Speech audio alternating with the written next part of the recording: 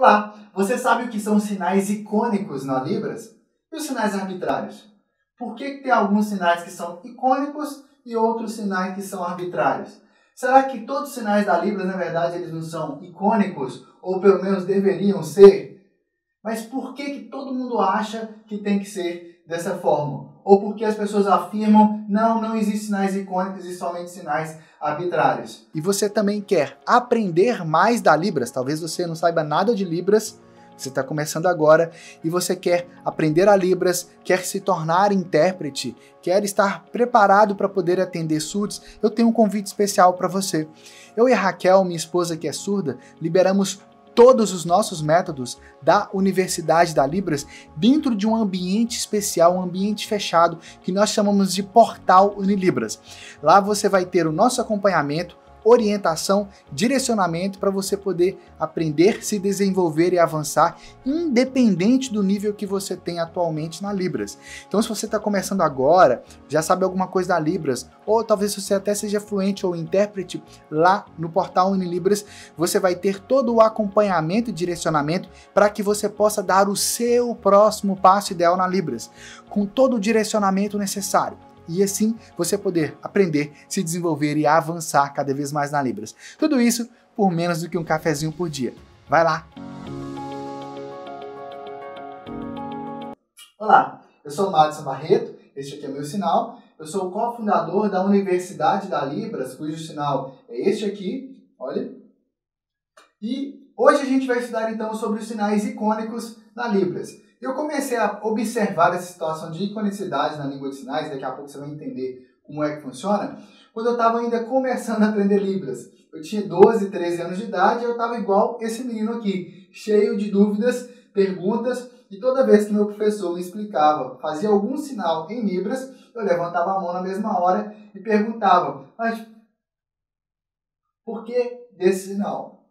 Qual o sentido desse sinal? E ele me explicava. Fez mais um sinal, eu perguntava. Todo sinal que ele fazia, eu perguntava. E aí, então, uma pessoa que estava auxiliando ele, um intérprete de Libras, falou assim, Madison, nem todos os sinais na Libras têm um porquê. E aí, desse dia em diante, eu comecei a observar se de fato o que ela disse era verdade ou não. E talvez você também já tenha se feito essa pergunta enquanto você está aí estudando em Libras. Se você encontrou esse vídeo aqui, há uma possibilidade de você já estar estudando Libras e de repente você falou assim, tá, mas o que são os sinais icônicos que tanto o pessoal fala? Ok? Então é isso que você vai aprender na nossa aula de hoje. Bom, primeira questão que a gente tem que pensar com relação aos sinais da Libras, ou de qualquer outra língua de sinais, é que tem gente que pensa que os sinais são gestos, ou seja, que é quando a gente está se comunicando, tipo quando você está no telefone, sabe? Que você está lá no telefone e aí você vai explicar para um amigo quando chega na sua casa, você vai falar assim, olha, então você vai seguindo direto assim, depois você vira à direita, segue um pouco mais, aí você vai ver um banco assim bem grande e aí você vira à esquerda. Esse tipo de coisa que você está apontando aqui, a pessoa não está nem te vendo, mas você está ali no telefone fazendo dessa forma, certo? Isso aí são gestos. A gente utiliza isso em nossa comunicação há centenas de anos, milhares de anos, porque isso facilita a nossa comunicação. Agora, por telefone não faz tanto sentido, né? E aqui, então, a gente tem vários gestos.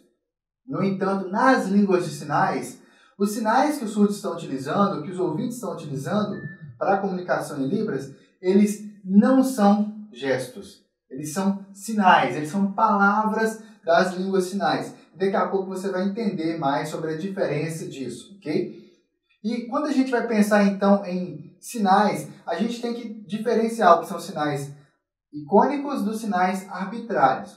Deixa eu te explicar melhor. Aqui, por exemplo, a gente tem duas cenas ilustrando um sinal arbitrário, que é o sinal de amigo, ok? Então, são duas cenas aqui. O que esse sinal aqui tem a ver com essa cena?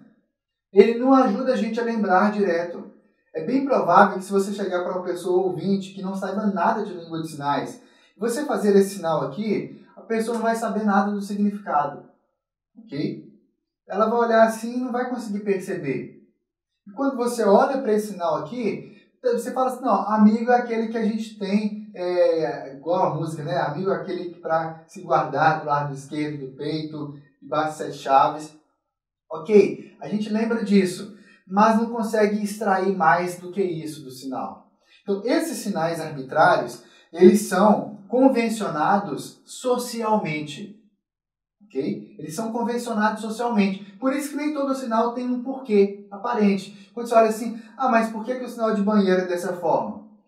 Você vai tentar extrair, talvez você não encontre um porquê de ser. Mas provavelmente tem um porquê. Mas nem sempre a gente consegue encontrar. Okay? Então tem várias formas. Os sinais podem ser motivados por vários aspectos diferentes para que eles possam ser criados.